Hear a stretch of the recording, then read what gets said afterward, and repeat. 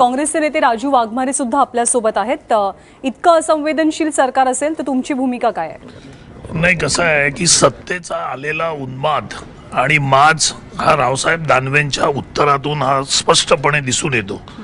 शेतकऱ्यांची तूर हे जे सरकार खरेदी करण्याची भाषा करतंय, मुख्यमंत्री 10 वेळा सांगतायत की आम्ही तुरीची मुदत वाढवली।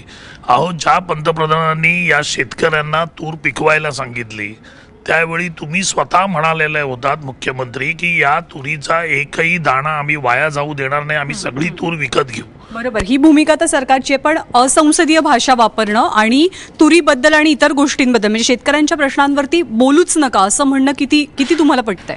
नाही, हे बोलणं हे भाजपची ही परंपरा आहे। शेतकऱ्यांच्या दुःखाविषयी आणि शेतकऱ्यांविषयी या सुटाबुटातल्या सरकारला जराही प्रेम नाही आहे। त्याच्यामुळे आज या 2 वर्षामध्ये 2.5 वर्षामध्ये 8,500 शेतकऱ्यांनी आत्महत्या जरी केल्या तरी हे सरकार कर्जमाफी द्यायला तयार नाही आहे।